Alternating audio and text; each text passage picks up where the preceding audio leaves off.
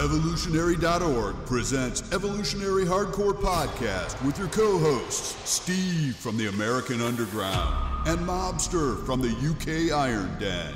Get ready for the most hardcore and underground info in the industry. And here we go.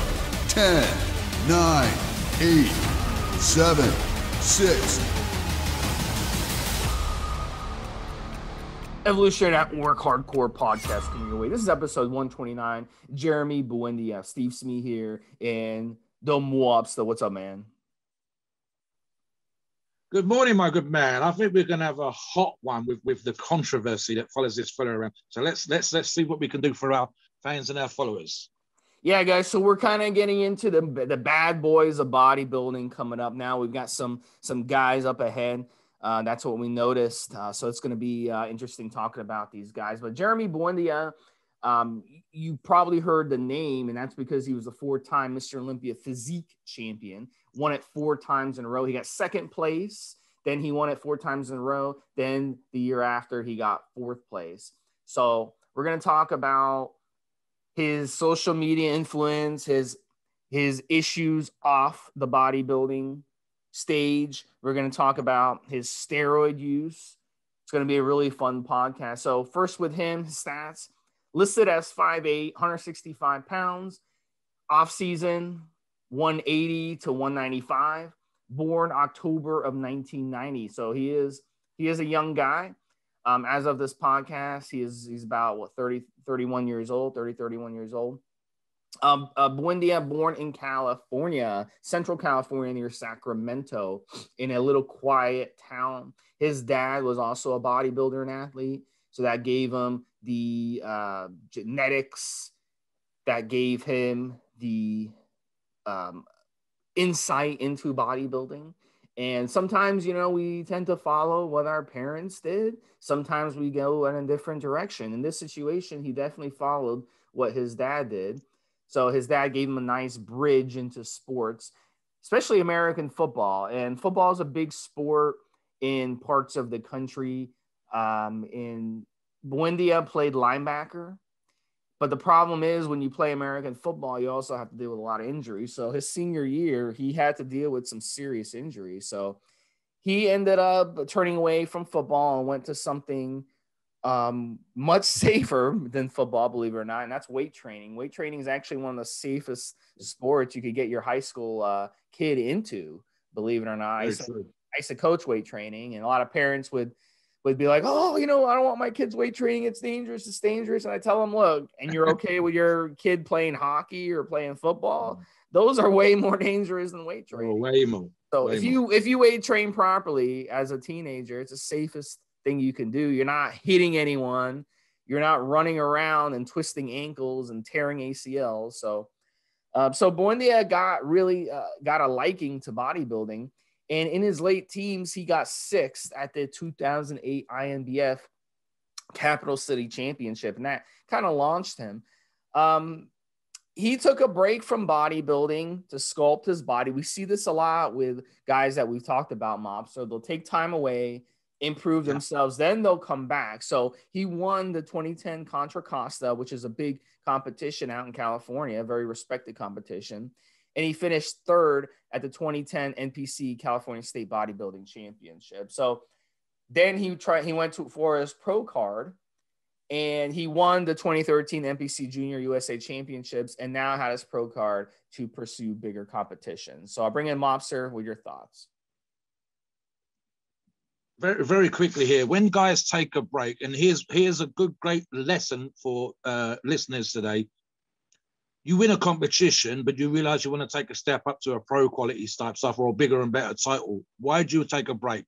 Why do you just not carry on training and competing? To fill in the gaps, to make the difference between your amateur winning physique and your pro winning physique. To bring up your arms, to bring up your shoulders, looking at what's on the stage and winning ahead of you, and deciding that my physique's good, and I want to be great. I need to do what these guys are doing. I need to look like these guys. I need to have a championship winning physique. And that's when you go away and you fill in the gaps in your physique. When I was winning, or when I was placing, should I say, in my strength competitions, my mentor at the time took me to one side and said, listen, you're good at this, but you need to be good are all these things and great at those things that you're good at. It's the same kind of analogy. You go away, you learn, you fill in the gaps. If your traps need bringing up, you do that, and you spend a year off. If sometimes when you're competing too often, there's no chance to improve. All you're kind of doing is dieting and lifting, dieting and lifting. So you go away, and that's why guys like Jeremy take that time out, and assuming they don't go steroids and go off somewhere else, if they come back, there should be a better bodybuilder. Back to you, Steve. So let's get into, you know, how he kind of worked his way out from there. He won some smaller competition. IFBB Sacramento Pro came in second at the 2013 men's Physique Mr. Olympia. So Mr. Olympia has different categories. And in these podcasts, you know, we've discussed the big winners of the Mr. Olympia overall, but there is something called a physique competition. And that's a very well-respected kind of branch of the Mr. Olympia subcategory. So, and a lot of people, they look at the physique, you know, those types of physiques in that competition, and they like it better than the overall beast 300, you know, 280-pound beasts of the Mr. Olympia overall. And they have a lot more respect for the guys who are doing the physique, you know. So it's a matter of what you like, and that's the reason why they came up with that years ago, a few years ago. So let's see. It's a tremendous honor to get it, and it can be safe to assume that Jeremy, he's got, you know, sponsors. He can just live off these. He can monetize his social media and his sponsors because he run it 4 years in a row. So, you know, like we said in the beginning, 2015, he started his run. He run it 4 straight years. And then, you know, he kind of he fell to 4th place. And then he's been, since then, Mobster and I kind of discussed it on the pre-show. Seems like he's turned himself into more of a family man, focusing on his businesses. And he's done well for himself. I mean, in his 20s, he's got a good following going on Instagram, and he could pretty much just, you know, sponsor some supplements and sell some of his own supplements that he does, and he could probably make a living for quite a while off of it. Make a living. Yep, go ahead, Mobster. Yep. I'm going to say a few things here. First, Jeremy's a great example of a guy that doesn't need to be a giant.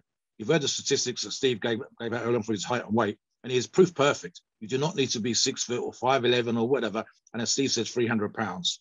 In terms of his physique, you don't win the Mr. Olympia in his class 4 times and have a poor physique. So there is that. Something else that he himself said in one of the videos that I did as a background research for this, he said that he felt sometimes that his class, and maybe to a lesser degree the classic class, do not always get the respect that they deserve. Steve's quite correct. I think the idea of the average man on the street looking at his physique and being more okay with looking like that, and in terms of the commercial aspect, sponsors and big time sponsors especially looking at his physique and go, you know what? We like the freaks, but this guy's going to be more popular. He's going to appeal to more people, and therefore he's someone that we want on our side. Now, we're going to get into the whole social media stuff, and then we'll talk about the nutrition and training, because that's what we do on these podcasts. But the social media is the issue here, and it was a big part of our pre-show talking about stuff. He's an absolutely amazing bodybuilder, and even with the bad boy aspect, I think in terms of Jeremy, he kind of went over to the other side. And specifically, Steve and I will talk about this right now, the accusations of domestic violence, the anger issues, which he's admitted to on video, the back and forth with Kenny KO to the point where he sued Kenny KO. And I've found online, and sources for the information include TMZ, 2 police reports, 2018 and 2019, for domestic violence. Now, it's one thing, and this is a lesson again for you guys, to make something with your social media and to get the attention of sponsors by being either a great bodybuilder and a great athlete, or, as we'll address in future podcasts, being a kind of bad boy. And I say bad boy in inverted commas.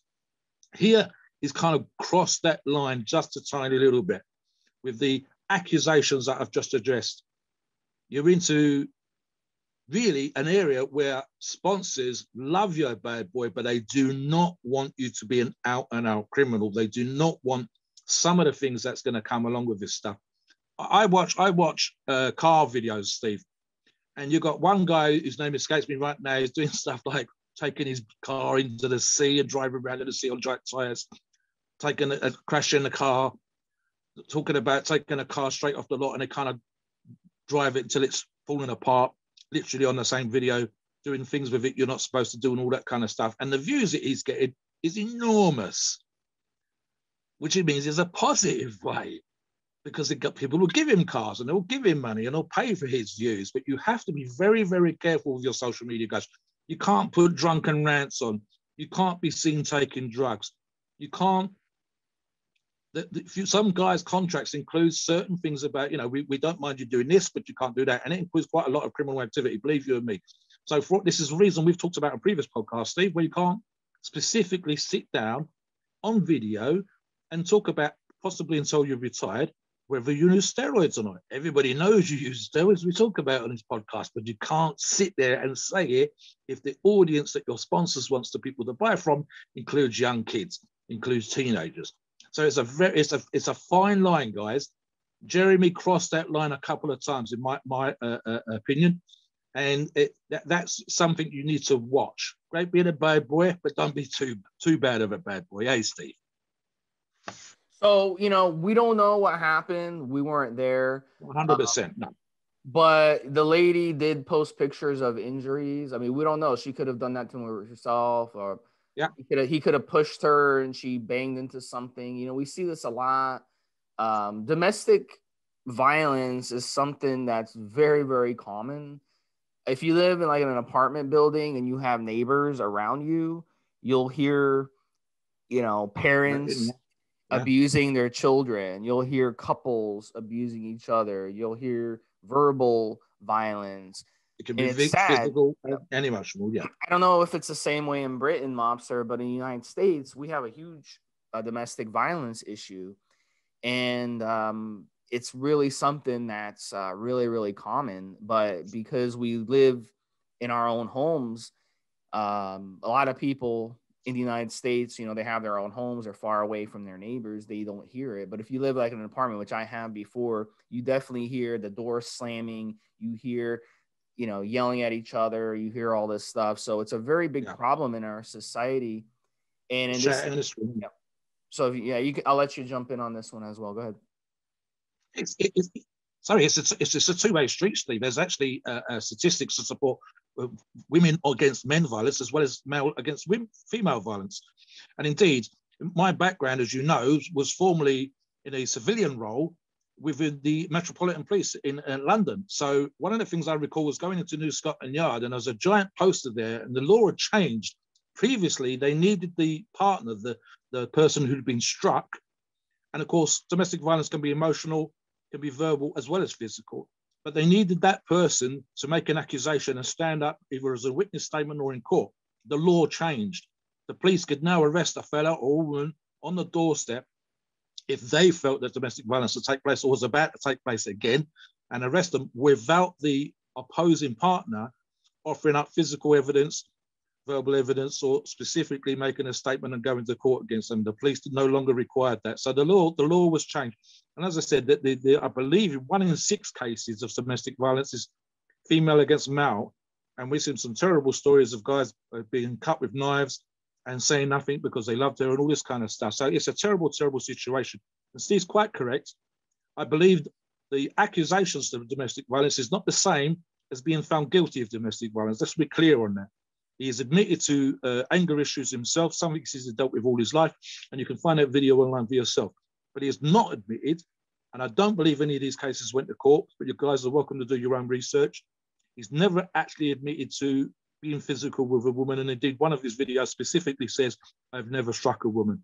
And of course, accusations, calling the police and having them come to your house and charging you, is not the same as being full-blown guilty. So let's be clear on that. But again, as I said, this is back to where we were talking about at the very beginning. To learn the lesson, guys, the difference between a great bad boy and having a bit of a reputation for being an arsehole and talking bluntly God help me, I'm sometimes like that myself. It's not the same as being an criminal or a thug or a real gangster versus a pretend gangster. I'm all for getting as much social media. That's what this podcasts are around. We want your views. We want you to hear what we got to say. We want you to learn the lessons. But make sure that you don't go too far in the crazy, crazy direction. I think Jeremy was very, very close to that. He's on the comeback trail now. We've seen videos recently, clips on Nick Strength and Power, of him looking back in shape. And I'd like to see this guy back on stage. It's unarguable. You know, world-class physique. You don't win the Mr. Olympia 4 times without doing that. Maybe he needs to be more mature. He's only a young guy. 5-6 years down the road, I think as Steve said, I believe he's hooked up now. I believe he's in a long-term relationship if he's not married.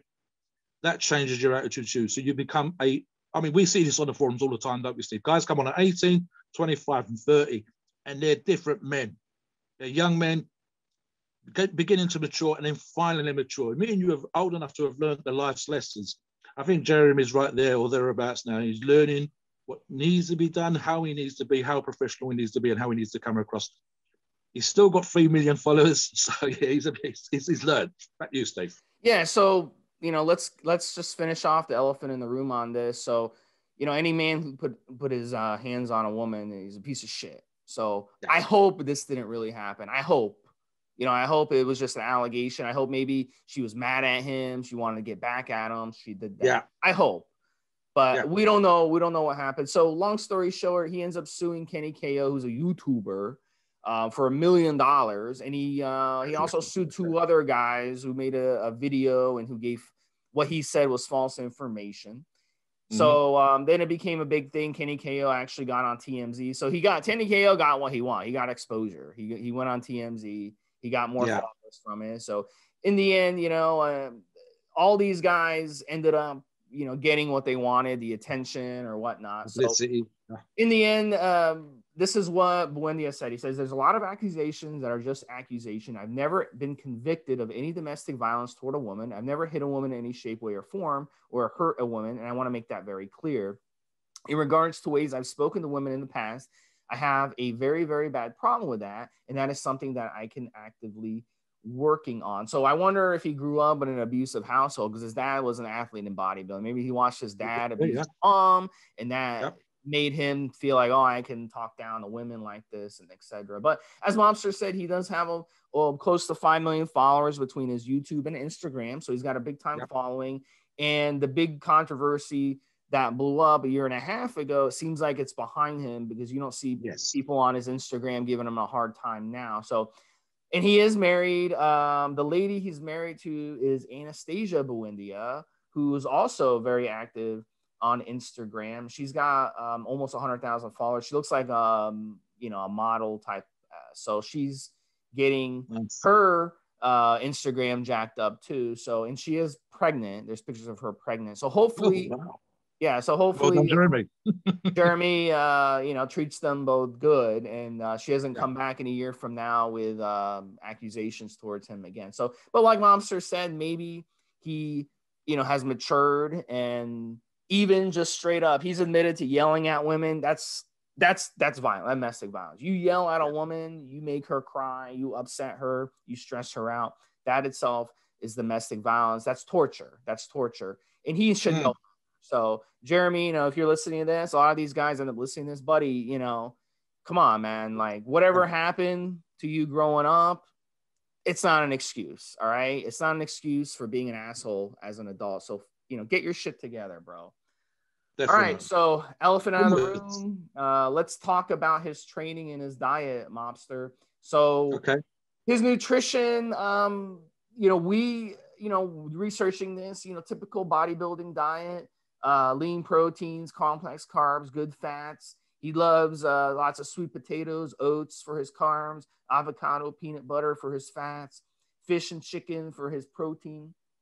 He likes to throw in some green veggies with his meal, and he's got, he likes egg whites with his oats. So typical, bodybuilder, physique, cookie cutter diet. Nothing really special here. Tremendous genetics, obviously, that he got from his father being a bodybuilder. So obviously, he's got those genetics going, and he's been able to kind of turn that into a great physique for him. So Mobster, tell us a little bit about his training. You don't train like this guy does, but no. Tell us how he trains.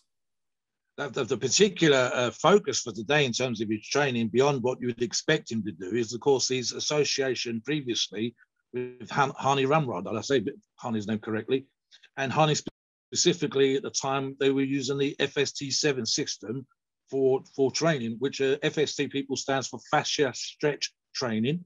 And the 7 part was the 7 sets that was done at the end of a workout or an end of a body part workout, and was all about a combination of the pump and some of the stuff from the Mila Sarcef thing, which is you're using a certain nutrients at the same time. So not only are you pumping the muscles to stretch the fascia, but you're also driving nutrients in both during the workout and immediately after to stretch, again, fill up the glycogen stores, stretch the muscle out even more with this amazing pump because of the food you'd already consumed. And then, of course, drive the nutrients into the muscle to speed up recovery and hopefully, fingers crossed, make you a better, more well-rounded, more fuller-looking bodybuilder. And that's just during the workout, Steve. So, yeah, I mean, this is the thing. A few videos, and I think the Milos Sarcev kind of stuff, but he was using apple puree and apple sauce for some of his guys on the giant sets. And Hani's approach with the 7 sets at the end and pumping the hell out of a guy by feeding lots of carbs, etc. These are not easy things to do. Steve's quite correct. The stuff that I do, I literally do one exercise for biceps, one exercise for triceps. And if I've had a good carb meal before and I train in the morning, and I do a 20 rep set, say, for example, as I'm doing right now in hammer curls, if I've eaten right, my arms pump. I'm doing one pump set, Steve, one all-out max set with decent weights, 20 reps. These guys are doing 7 sets. That would destroy me. It would take me weeks to adapt to this kind of training. So let's be clear on this. It's very easy, and Steve uses the euphemism quite a bit, cookie cut, in terms of training. And believe you me, I doubt very much if he's doing anything strange or unusual in terms of his workouts. But these 7 pump sets with the foot, it takes a lot of application to get everything together. You've got to have all these things in place, and then you've got to do the grind. And I think there's an element maybe with Hani as well. When you've got Hani behind you, it's like, you're talking about one of the top prep coaches in the world. I guarantee you, these guys put themselves through hell. So I could look at this and go, oh, it's no big deal. I would scream like a baby, Steve. I'm sure of it. With Hani cracking the whip behind me and pushing me. And then I actually think sometimes with this kind of stuff, the pump would be bordering on painful. It would actually probably be physically uncomfortable, not pleasurable. It certainly wouldn't be, to quote Arnold, like coming. This would be something like, it'd be like blue balls by comparison. And again, this also, which we'll get to in a minute with regards to the steroids, we're talking about probably steroids that are going to help you push and drive the nutrition again. So, the guys, I'm sure Steve and I will talk about this as well. I suspect there's probably a bit of insulin manipulation, which does not get mentioned with FST training. But I think it's a pretty good guess to say there's some insulin manipulation going on here as well, Steve. So the whole thing is designed to pump you to be crude like a motherfucker. It's not easy. And with someone like Hani cracking the whip, it's going to be damn hard and taken up on another level again. There won't be many people that could get through this workout the way that it should be done. And that's with all the elements in place. It's not as simple as having the food and going to the gym and hitting it. It'll be on another level. And I think it's one of the things you need to sit down afterwards and think about what the hell made you go there to do this stuff. And it's also, again, it's not for long periods of time. We're probably talking about 6, 7, 8 weeks at a time. We're then backing off and then coming back into this stuff. But let's be honest, you don't get to be 4-time Mr. Olympia. It works. And FST, anybody that's been through a workout with Hani and done the FST stuff properly will tell you it's hard and brutal, but they're blowing up. And obviously the most famous of Hani's clients was multiple Mr. Olympia winning Phil Heath. So again, high-level athletes doing crazy stuff. If you guys do give it a chance, do give it a try, do it 100% properly. Give us some feedback. Tell us in the comments how you got on with training this way, and let's see if there's some positive and some negative. Back to you, Steve.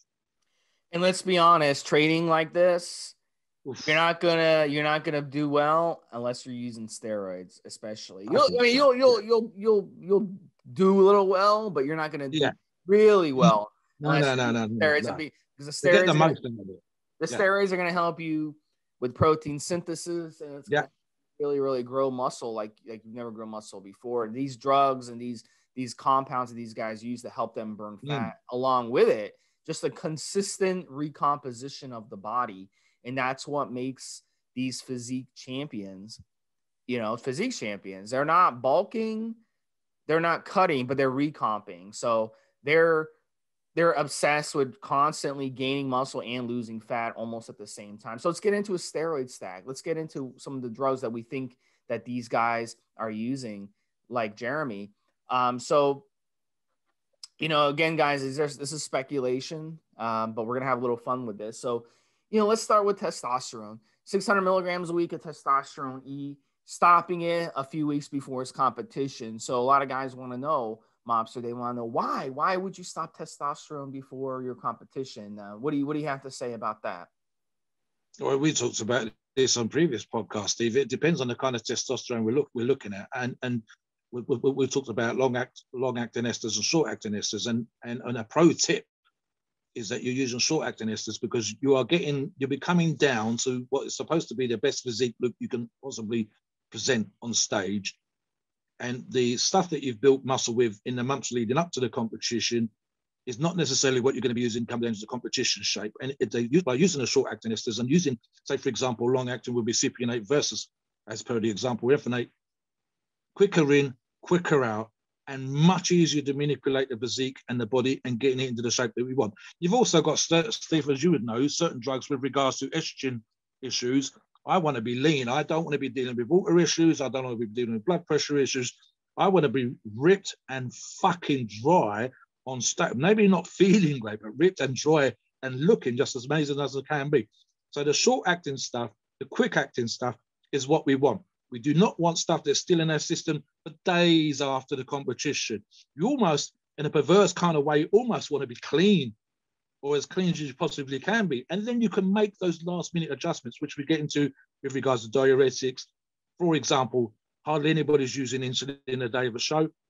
You don't want anything that's going to growth hormone, which might have been in a cycle. You don't want anything that's going to hold water. You don't want anything that's going to bloat you. You don't want anything. It's a very contest prep, as Steve will tell you, is a kind of art for the really top guys. And this includes, again, everybody on stage with you is a genetic freak. So it's the same level playing field, and it kind of becomes an art in presenting.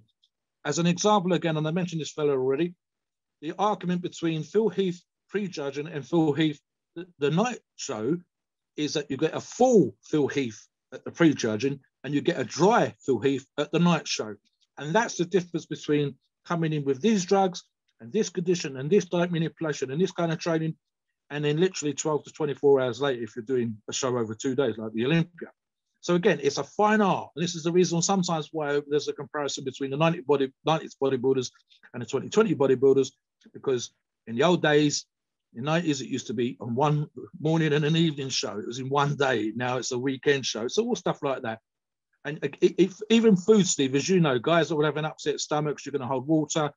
You've got kind of diarrhea or any of this kind of stuff. So all of these kind of things, and even, for example, the timing of diuretics, that you shouldn't be really taking diuretics on the day of a show. You should be taking those a few days out. So there's all these kind of issues. Do you want to get into the rest of the drugs, Steve? Yeah, so with the testosterone, like Mobster said, you want it out. You don't want it in your system because the water retention. That's basically what you want. Definitely in a physique situation, you definitely don't want to go on stage with water retention. That's going to knock off points off your score, pure and simple. The other one that really helps is Masteron. And these guys, they run a gram of Masteron a week, no problem. The beauty of Masteron is it's a pure DHT, so cosmetics. It's cosmetic. It's going to harden up the muscle. So you look at the pictures of Jeremy and these other physique guys, and you see this hard muscle. Look, that's thanks to Masteron. And ever since Masteron came on the scene in bodybuilding, guys have been all over it. It's a great steroid to add if you want to harden up your muscle. Now, if you're a normal gym rat, using Masteron would be kind of pointless unless you're so egotistical, which some guys are, Mobster. I don't know if it's like that in your gym. Yeah, we got you guys. I've done it. I've done it myself. You just like to stand in front of the mirror and do curls and look at your biceps popping out. Some guys like to look at that. What can you say? So Masteron is a beautiful steroid for that. But I mean, other than that, it ain't gonna have any much point if you're a normal gym rat. But these guys, yes, if you want people looking at your body, if you want a beach body, if you want to have people look at you on stage, Masteron, definitely cosmetic steroid all the way. The other one is Trenbolone. Trenbolone is an amazing steroid for recomp. Trenbolone, a lot of guys can actually burn fat on Trenbolone and gain muscle at the same time just from using Trenbolone. So it's a good one to use. And whether you're a big bodybuilder monster or you're a physique competitor, Trenbolone is a great steroid to use. 600 milligrams a week. We think will be the physique dosages. If you're a big monster bodybuilder, it's over 1,000. The next one is Anavar and T-Bol. Those are two oral steroids or dry steroids. You would never use Dianabol. You would never use Anadrol. No, God, no. Yeah. No, not for contest. So I was going to say both these two drugs, T-Bol, as we know, is kind of the mild, lean mass version of D-Bol. D-Bol is a much watery drug. And D-Bol would be a great drug almost for a beginner cycle, intermediate even, certainly an off-season bulker. But for competition and looking the way that Jeremy does on stage, absolutely not. T-Bol would probably be the one that you want. It might only put a few pounds of muscle, and it's certainly going to help you in a contest prep to maintain muscle. I'm a huge fan, as I've said on the forums, of Anavar, and even at my height and weight and everything else that I kind of do, for me, it's a strength drug, and I don't even run it at crazy levels. I would use probably half the dosage that we're talking about here, which would be 100 milligrams for a contest prep guy, a competitor like Jeremy. But it's also a dry drug, Steve. Again, you're not putting on loads and loads of water. If I'm as big and heavy as I am, I only put 3, 4, maybe 5 pounds on it when I use this at 50 milligrams a day. I'm not looking to get any more mass, so I'm not trying to hold on to those 5 pounds when I come off. But it's a great way of retaining muscle tissue as you're dieting down, and of course keeping some of that strength into your training and so on. Cardarine, I think, is the next thing here. And we talk about this on a lot of our podcasts because SARMs are very much of Jeremy's generation. And certainly now we're hoping it's going to compete again in a not too distant future. So why wouldn't you want the energy that Cardarine is going to give you? Why wouldn't you want the boost to your cardio that Cardarine is going to give you? And here we've got him down at 20 milligrams a day, which, guys, like it or don't like it, is a perfectly effective dose. I don't care what your level is. You do not need to go out and do 40, 50 or 100 milligrams. You're not going to turn into Ben Johnson or Usain Bolt and suddenly doing crazy speeds and running marathons and whatever else. It's just it kind of releases the energy and gives you that pep. And when you're, again, depleted and you're dieting down for a competition, when you've been smashing the hell out of the weights to keep the muscle on the bone, you're not necessarily feeling as great or as energetic as you expect. You look like you do, but in reality, full-on contest prep is very, very difficult. So the idea that he might be using 20 milligrams of Cardarine, I think it's perfectly viable, Steve. It would give him that energy. It would help the cardio. It would help with the cutting down. And yeah, 20 milligrams is all you need, guys. What about these last two drugs here, Steve? DNP. I'm not a fan, as you know. Neither of us are. But would a guy like Jeremy, Steve, do you think, be using DNP? Would he be as a lot of professionals doing every single thing that he needs to do in order to win? Probably. Steve? Yeah, I was going to say absolutely. DNP, DNP is one of those that very, very high side effects, but these guys don't care leading up to the competition, especially. They don't care about suffering. And that's what they'll do a week ahead of their actual competition is they'll suffer. They'll suffer to get as much fat off of their body as possible, no matter what. Because you cannot go on stage in the physique competition and have fat showing because you're done if you do. So they'll do anything to do it. And DNP is one of those where you have to time it correctly. Let me just explain this about DNPs. You see, with DNP, when you're on it, you will tend to retain water. So you have to time it properly. So what you would do ahead of a competition is you'd run it for 7 days, 10 days, 14 days, whatever. And then about 3 days ahead of your competition, then you'd stop using it, and then give it 3 days for that water that was building up in your system while on it to flush its way out. And then once it flushes its way out, then, oh my God, then you've got it's kind of like painting something. You're painting it. And then at the end you reveal it and it's like, oh, there we go. It's perfect. So you have to time it perfectly. And then the day of the competition, I've watched these competitions, guys, backstage, because I've trained people. They have all these little tricks with peptides and diuretics and all these little tricks to kind of make them more vascular, make them more dry at the last minute. Yeah. So these are things that these guys do. It's an art. It really is an art. And really, they look, compared to 3 days out and then compared to 1 hour out, they look completely different. Can do, yeah. I was going to say one thing in regards to the whole what drugs people should use versus what they do use. And the thing is here, the mentality of a guy that wants to win is probably going to be that I don't want to leave something on the table that my competitors are going to use. I don't want to be to the guy that didn't use this and have them use it and have them beat my ass and push me down the second, third, or fourth. You're not winning huge amounts of money in the class that Jeremy's in the first place. You're not winning $400,000. I believe without checking, $30,000 to $50,000, Steve. So if second place is $20,000 or $10,000, I'm not giving the other guy $20,000 to $30,000. That's my money. So I'm kind of probably having the attitude that I want to do everything that needs to be done in order to win. So you have to understand that mentality. Now, of course, if you guys are listening to this podcast are not Mr. Olympia competitors, then perhaps the advice would be, don't do this crazy shit because you don't need to. I'd also dispute, Steve, although it's probably very accurate, the idea that you need to do 600 milligrams.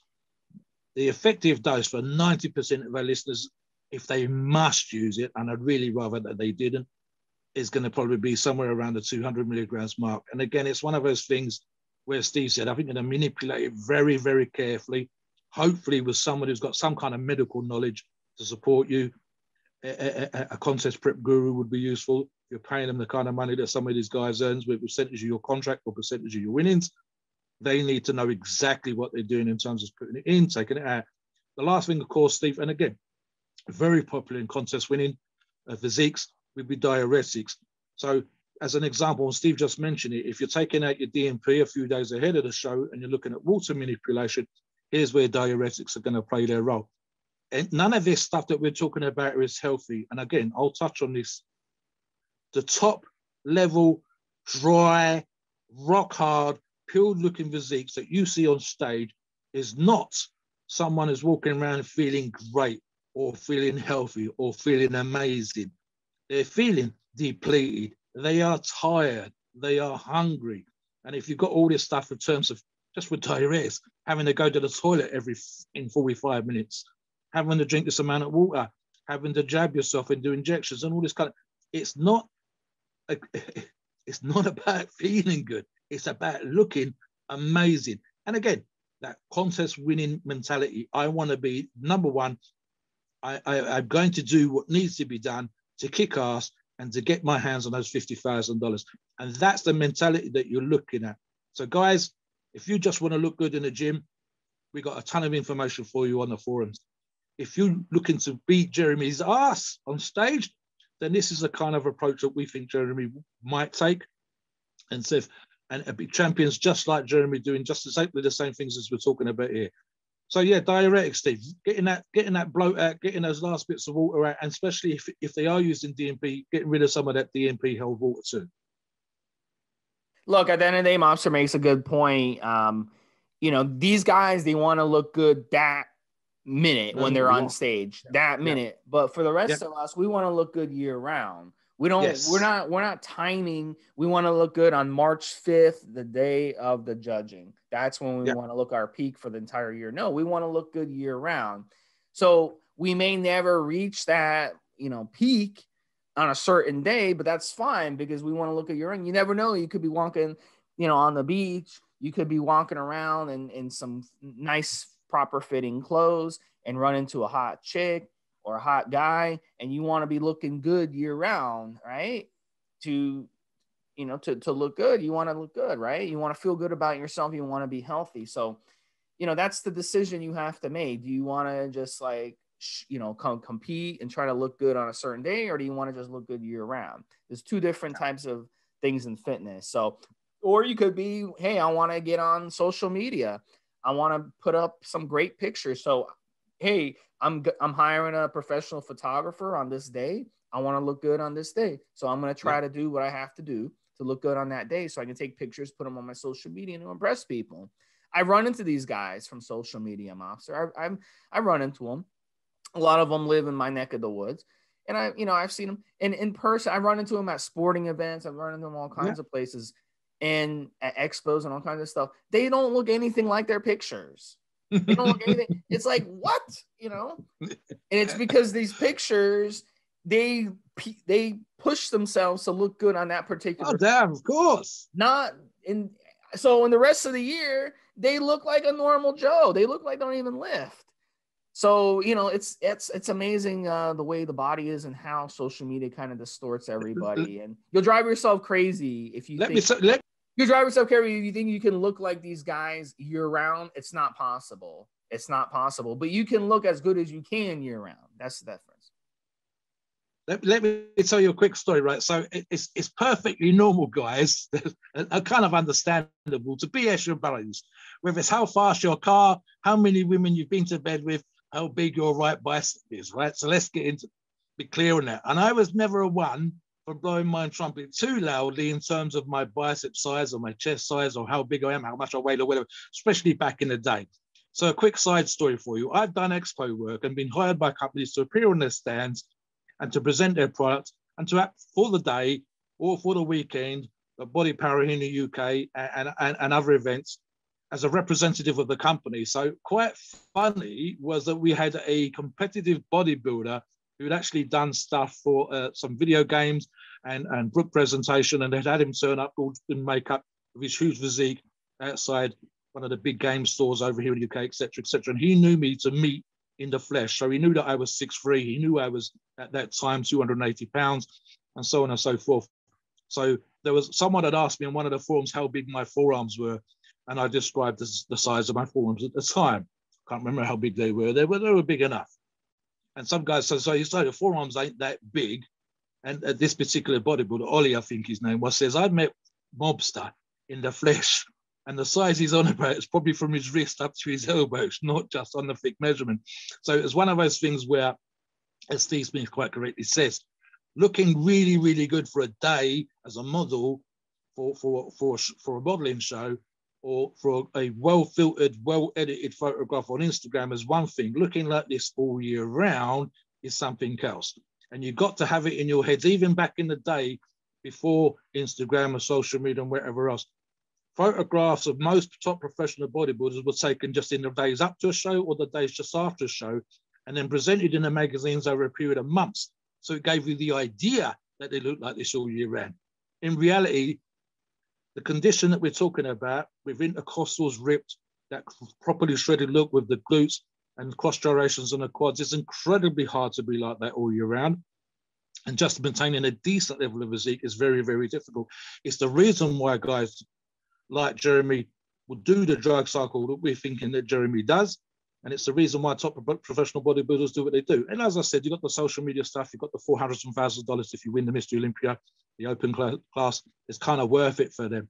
But for the rest of us, looking good, feeling healthy, being able to go to the beach, being able to swim on the beach, being able to chat to the girls, the guys, whatever, whichever way you want to go, and looking good, as Steve says, down the club, for a cruise with your buddies in the car. That's what most of us are about. Having a little tricep pop.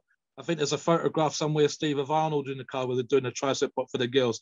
So that's what most of us are after. For top professional bodybuilders, it's like the difference between having a fast car and a drag racing car. It's another level. We talk about this stuff. You can learn from them. You can see what they're doing, and you can take bits and pieces of that stuff and that information and use it to your benefit to get where you want your physique to go. So if you're contest winning physique, it's a guy that wants to be a champion, pay close attention to what Jeremy does. Otherwise, can you do something with the pump training?